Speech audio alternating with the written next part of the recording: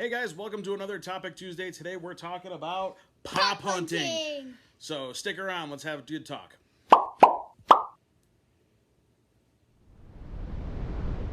Hey guys, welcome back to another Colorado Pops video on our special edition Topic Tuesdays.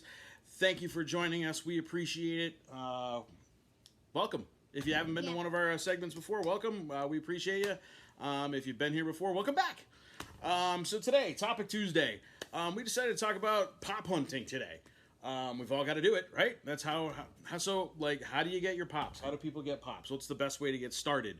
Where's the best places to go? What's the advantages over one version, one way or another way? Yeah. You know, all sorts of stuff. So to start us off, well, basically, what do we got for the basic? The two types of really pop hunting is what? Online and in store.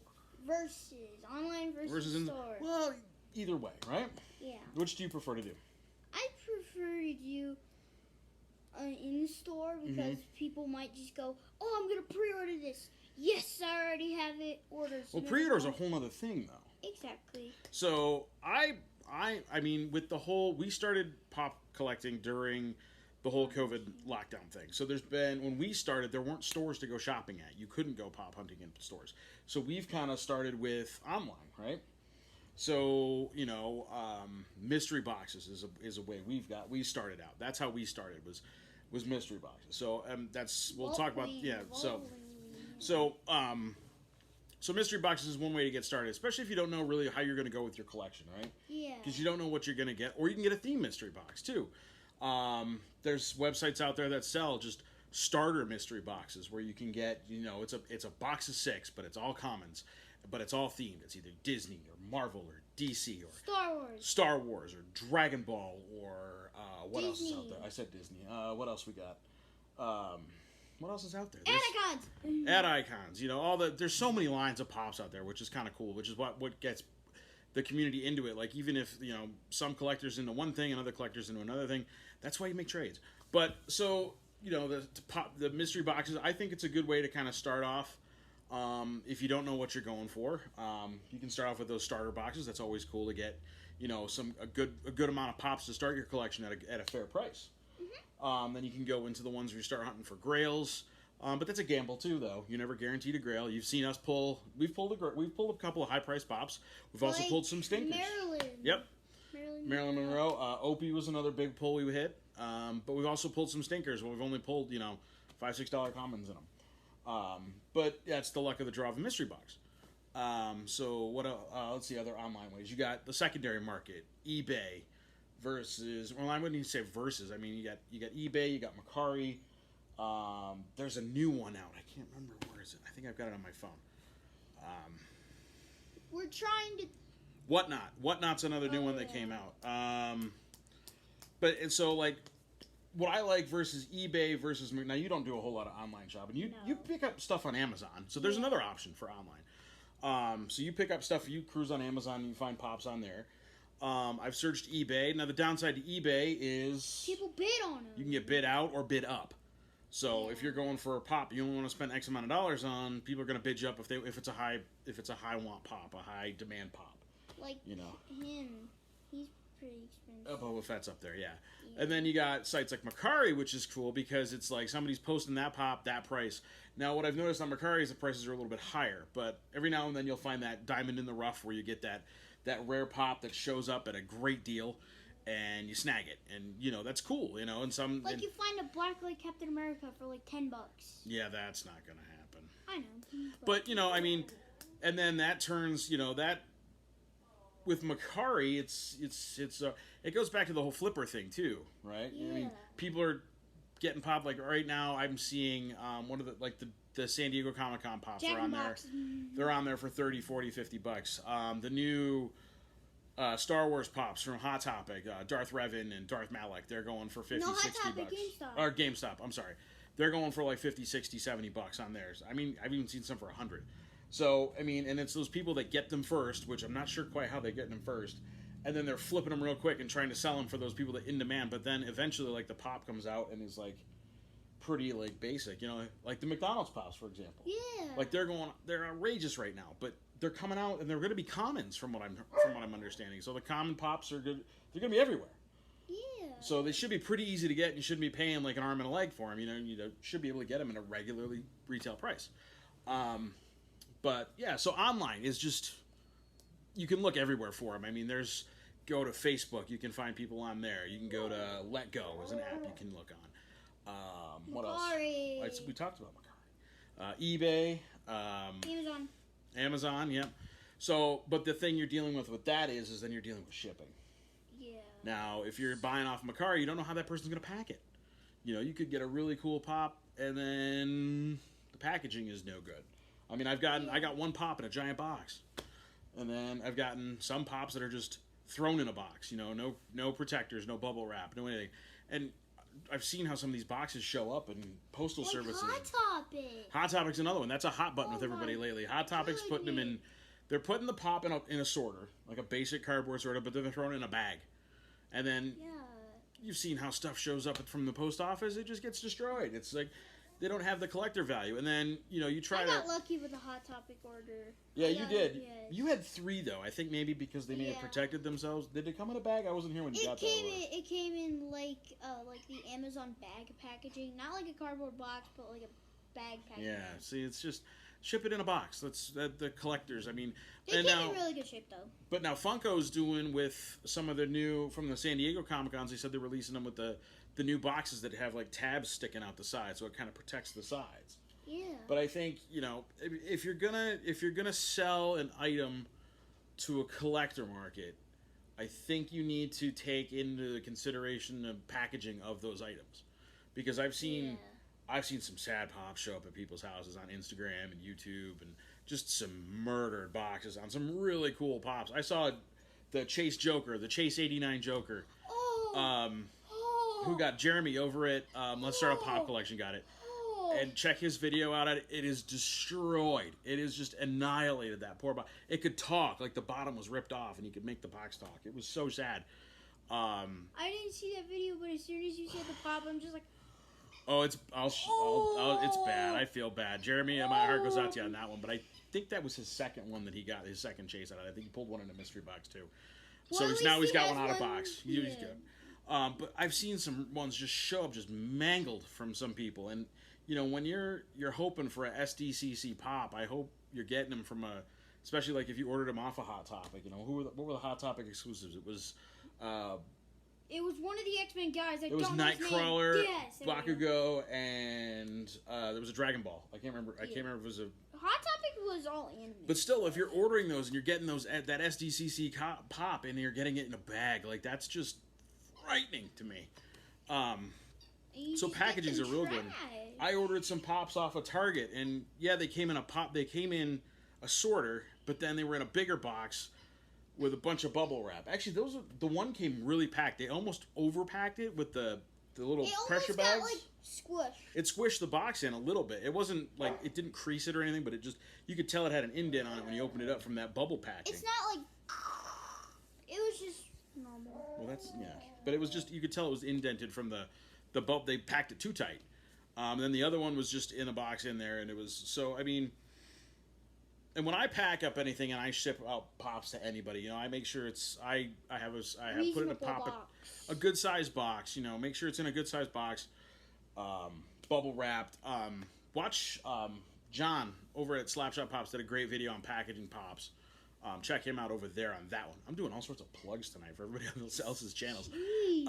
So check it out on wrapping. But we're getting off topic on pop hunting. So now what I like, online's cool because you can usually you have a much more wider selection. You can find pretty much any type of pop you're looking for. Yeah. Except the certain rare ones. But even then they show up on occasion, but they're really rare. If there's only like a 24-piece pop or something like that, and there's a guy in Boston that wants to sell it, and we're out in Colorado, I've got a shot at it. Versus, if there's no online, he's only selling it to somebody in Boston. It's not going to get anywhere, or unless he knows somebody on Instagram or something like that, and it gets shared that way. But in-house, I think in-house has pluses and minuses too. Like, if you're going to go to the stores like Target or Walmart or Best Buy, you can go to Best Buy, Hot Topic, GameStop. You got to get there like almost on release date, and they're releasing things like constantly. And lately, like shipping's been a nightmare for Funko. So the shipments aren't getting there on time. So you got the hardcore pop hunters that are getting there like early in the morning to get there when the store opens and get them.